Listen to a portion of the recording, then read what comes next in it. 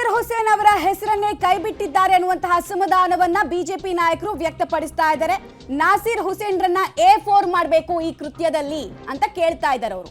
ಕಾನೂನು ಪ್ರಕಾರ ನಾಸಿರ್ ಮೇಲೆ ಪ್ರಕರಣವನ್ನ ದಾಖಲಿಸಬೇಕು ಅಂತ ಕೂಡ ಬಿಜೆಪಿ ರಾಜ್ಯಾಧ್ಯಕ್ಷ BY ವಿಜಯೇಂದ್ರ ಅವರು ಆಗ್ರಹಿಸ್ತಾ ಇದ್ದಾರೆ.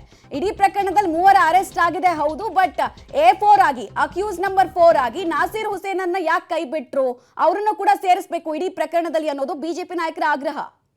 FSL ವಿಧಾನಸೌಧದ ಒಳಗಡೆ ಕೆಲವು ದೇಶದ್ರೋಹಿಗಳು ಪಾಕಿಸ್ತಾನ್ ಜಿಂದಾಬಾದ್ ಎಂಬ ಘೋಷಣೆಯನ್ನ ಕೂಗಿದ ನಂತರ ಭಾರತೀಯ ಜನತಾ ಪಾರ್ಟಿಯ ನಿರಂತರ ಹೋರಾಟದ ಪ್ರತಿಫಲವಾಗಿ ನಿನ್ನೆ ದಿನ 3 ದೇಶದ್ರೋಹಿಗಳನ್ನ ಬಂಧಿಸಿದ್ದಾರೆ. ಇಲ್ಲಿ 2 ವಿಚಾರಗಳು. ಮೊದಲನೇದಾಗಿ ಇನ್ನು ಈ ಕ್ಷಣಕ್ಕೂ ಸಹ ರಾಜ್ಯ ಸರ್ಕಾರ FSL ವರದಿಯನ್ನ ಇವತ್ತು ಕೂಡ ಬಹಿರಂಗ ಪಡಿಸಿಲ್ಲ. ಎಲ್ಲೋ ಒಂದು ಕಡೆ ಖಾಸಗಿ FSL ರಿಪೋರ್ಟ್ ಬಹಿರಂಗ ಆಗಲಿಲ್ಲ ಅಂತ ಹೇಳಿದ್ರೆ ಇನ್ನೂ ಕೂಡ ಈ ದೇಶದ್ರೋಹಿಗಳನ್ನ ಬಂಧಿಸೋದಕ್ಕೆ ರಾಜ್ಯ ಸರ್ಕಾರ ಮೀನಾಮೇಷ ಎಣಿಸ್ತಾ ಇತ್ತು ಅಂತ ಕಾಣ್ತದೆ. So what is stopping the state government? ಯಾವ ಕಾರಣಗಳಿಂದಾಗಿ ಇವತ್ತು ಕೂಡ ರಾಜ್ಯ ಸರ್ಕಾರ FSL ರಿಪೋರ್ಟ್ ಅನ್ನ ಬಹಿರಂಗಗೊಳಿಸೋದಕ್ಕೆ ಸಾಧ್ಯ ಆಗ್ತಾ ಇಲ್ಲ? ಇದಕ್ಕೆ ನಮಗೆ ಉತ್ತರವನ್ನು ನೀಡಬೇಕು.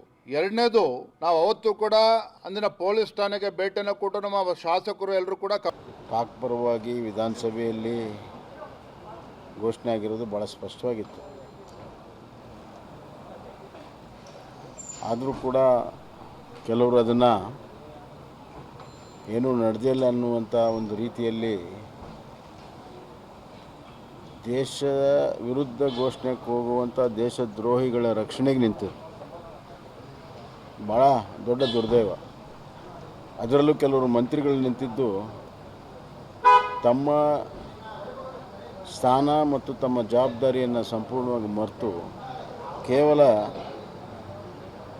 ರಾಜಕಾರಣ, ಓಲೈಕೆಯ ರಾಜಕಾರಣ, ಮತ ಬ್ಯಾಂಕಿನ ಸಲುವಾಗಿ ದೇಶದ ವಿರುದ್ಧ ಕಾರ್ಯಚಟುವಟಿಕೆ ಬೆಂಬಲ ಕೊಡೋ ಹಂತಕ್ಕೆ ಇವರು ಹೋಗಿರುವಂಥದ್ದು ಆತಂಕಕಾರಿ. FSL ರಿಪೋರ್ಟು ಒಂದೇ ದಿವಸದಲ್ಲಿ ಪಡಿಬೋದಾಗಿತ್ತು. ಯಾಕಂದರೆ FSL ರಿಪೋರ್ಟ್ ಈಗಾಗಲೇ ಬಂದೇ 4 ದಿವಸ ಆಗಿದೆ. ಬಿಜೆಪಿ ನಾಯಕರು ಹೇಳ್ತಾ ಇದ್ರೆ ನಮ್ಮ ಹೋರಾಟದ ಫಲವಾಗಿ ಈ 3ರನ್ನ ಬಂಧಿಸಿರೋದು ಅಂತ ಹೇಳ್ತಾ ಇದ್ರು. ಅಟ್ ದ ಸೇಮ್ ಟೈಮ್ ಅವತ್ತು ಇನ್ಸಿಡೆಂಟ್ ನಡೆದಂತಹ ಸಂದರ್ಭದಲ್ಲಿ ನಾಸಿರ್ ಹುಸೇನ್ ಕೂಡ ಇದ್ರು, ಅವರನ್ನ A4 ಮಾಡಬೇಕು ಅನ್ನೋದು ಬಿಜೆಪಿ ನಾಯಕರ ಆಗ್ರಹ ಆಗ್ತಾ ಇದೆ.